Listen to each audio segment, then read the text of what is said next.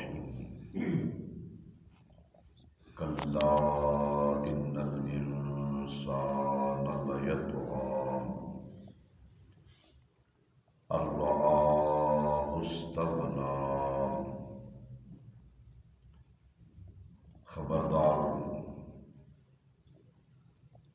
ہرگز ایسا نہیں ہونا چاہیے۔ بے شک انسان تو بڑا ہی سرکش بن جاتا ہے اور یہ اپنے آپ کو ہر چیز سے، حتیٰ کہ اپنے پروردگار سے بھی بے پرواہ بنا لیتا ہے۔ سورہ العلق 30واں پارہ، اس کی 6 اور 7 آیت مبارکہ۔ اس سے قبل آپ کے سامنے اس سے پچھلی آیات مبارکہ کے متعلق چند احکامات ذکر کیے تھے کہ جس میں اللہ ذوالجلال والاکرام نے انسان کی عظمت کی بنیادی وجہ کہ اللہ پاک نے اسے عقل و شعور کے ساتھ علم حاصل کرنے کی بہت بڑی صلاحیت عطا کی ہے، اور پھر اس کے بعد علم کے حاصل کرنے کو فرض قرار دے دیا گیا ہے، اور اللہ پاک نے اس کے اتنے فضائل اور اتنے مناقب اور اس کی تکریم اور عزت حصول علم دین کی وجہ سے بنا دی کہ اللہ تعالیٰ اس کے علاوہ کسی اور معاملے میں اپنے بندوں کو اتنی عزت نہیں دیتے۔ بے شمار مثالیں، یہاں تک کہ اللہ کے نبی صلی اللہ علیہ وآلہ وسلم نے فرمایا،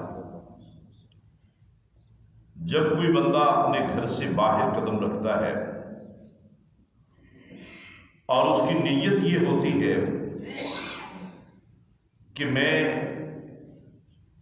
علم حاصل کروں گا، فرمایا اس کا پاؤں اس کے گھر کی دہلیز جب اس سے باہر نکلتا ہے، اللہ پاک اپنے فرشتوں کو حکم دے دیتے ہیں کہ اب اس کے رستے میں، اس کے قدموں کے نیچے اپنے پر بچھا دو اور یہ تمہارے پروں پہ چل کے اللہ کے دین کا علم حاصل کرے۔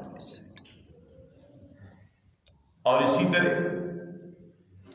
فرمایا کہ اللہ پاک پھر اس بندے کے لیے ذمے لگا دیتے ہیں چیونٹیوں کے، مچھلیوں کے، فضاؤں میں اڑنے والے پرندوں کے، حتیٰ کہ اپنی ساری مخلوقات کے، کہ اب تم نے میرے اس بندے کے لیے دعائیں کرنی ہیں اللہ تعالیٰ کی رحمت کی۔ یعنی اتنا عظیم عمل یہ اللہ پاک نے ذکر کر دیا، اور پھر اس کے بعد ارشاد فرمایا،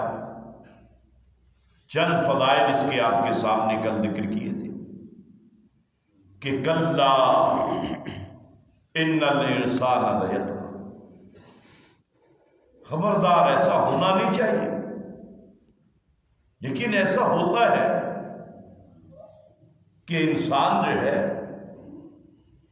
یہ سرکش بن جاتا ہے، اپنے رب کا بھی باغی بن جاتا ہے۔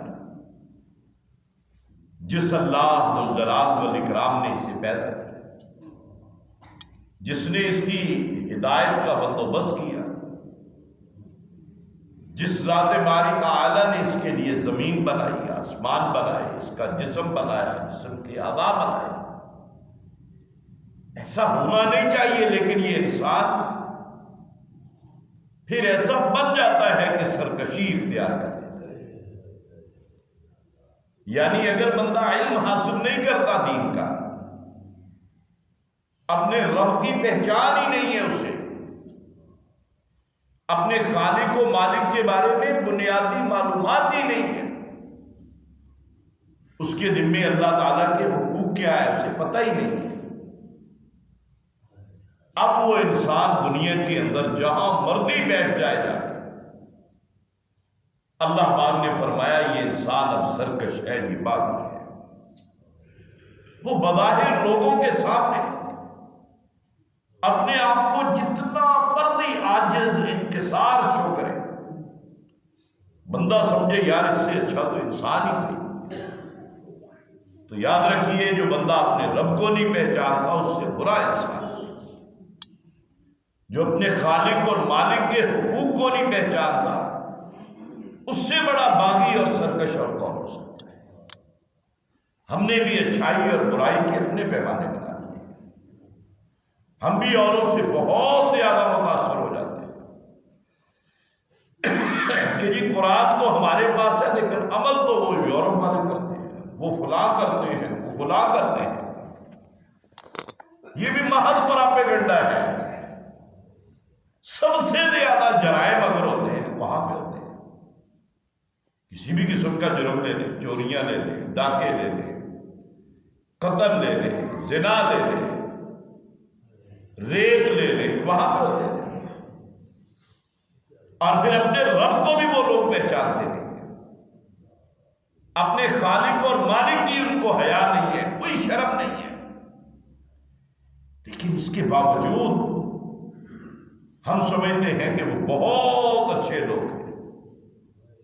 یاد رکھیے جس انسان کو اپنے خالق کا پتہ نہیں، اپنے رازق کا پتہ نہیں، اپنے مالک کی پہچان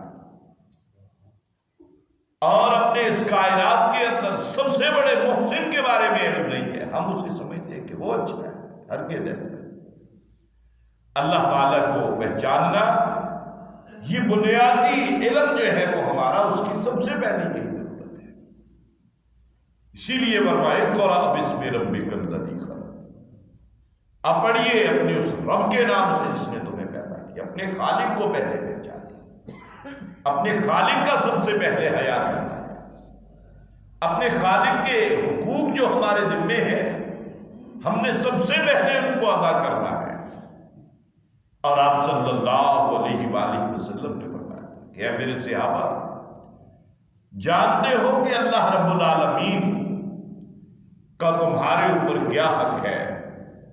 اور پھر اگر تم اسے ادا کرو گے تو پھر اللہ تعالیٰ پر تمہارا کیا حق ہے۔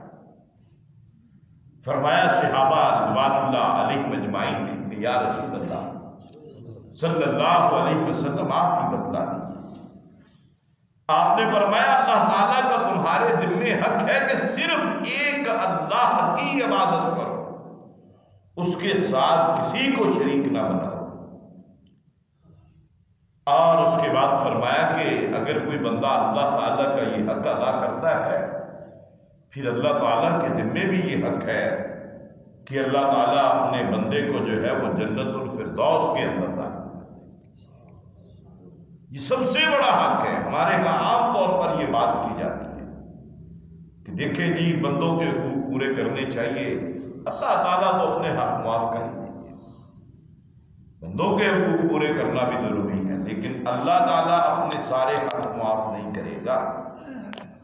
اللہ تعالیٰ نے دو ٹوک فرما دیا ہے کہ ان اللہ لا یغفر ان یشرک بہ، اللہ کا یہ حق ہے کہ اسے ایک جانا جائے، اگر کوئی بندہ شرک کرتا ہے تو اللہ پاک نے فرمایا میں اسے قطعاً معاف نہیں کروں گا، اس کے علاوہ میں جو چاہوں معاف کروں۔ فرمایا الرعاء استغنا، جب بندے کے پاس مال آ جاتا ہے، بندے کے پاس دولت آ جاتی ہے، بندے کے پاس بڑا عہدہ آ جاتا ہے، بڑے اختیارات آ جاتے ہیں دنیا میں، اللہ پاک فرماتے ہیں وہ بندہ سمجھتا ہے کہ اب مجھے اللہ تعالیٰ کی بھی پرواہ نہیں، وہ اپنے رب کا ہی باغی بن جاتا ہے، اپنے خالق اور مالک کے سامنے جھکتے ہوئے بھی اسے شرم محسوس ہوتی ہے، اپنے محبوب صلی اللہ علیہ وآلہ وسلم کی اطاعت اور فرما برداری کرتے ہوئے وہ شرم محسوس کرتا ہے۔ اللہ پاک فرماتے ہیں ایسا نہیں ہونا چاہیے، یہ بہت گھاٹے کا سودا ہوگا، اے انسانوں، اے اللہ کے بندوں، باز آ جاؤ اس سے۔ تو اللہ ذوالجلال والاکرام سے دعا ہے کہ اللہ پاک ہمیں اپنے اندر عاجزی، انکساری اور اپنے پروردگار کے حقوق کی ادائیگی، اللہ تعالیٰ کی پہچان اور اللہ تعالیٰ کی یاد ہر وقت اپنے دل میں بسانے کی توفیق عطا فرمائے۔ اور جو کمیاں، کوتاہیاں، سستیاں، غفلتیں ہم سے سرزد ہوتی ہیں، اللہ پاک ہمیں ان کو دور کرنے کی توفیق عطا فرمائے۔ وما علینا الا البلاغ۔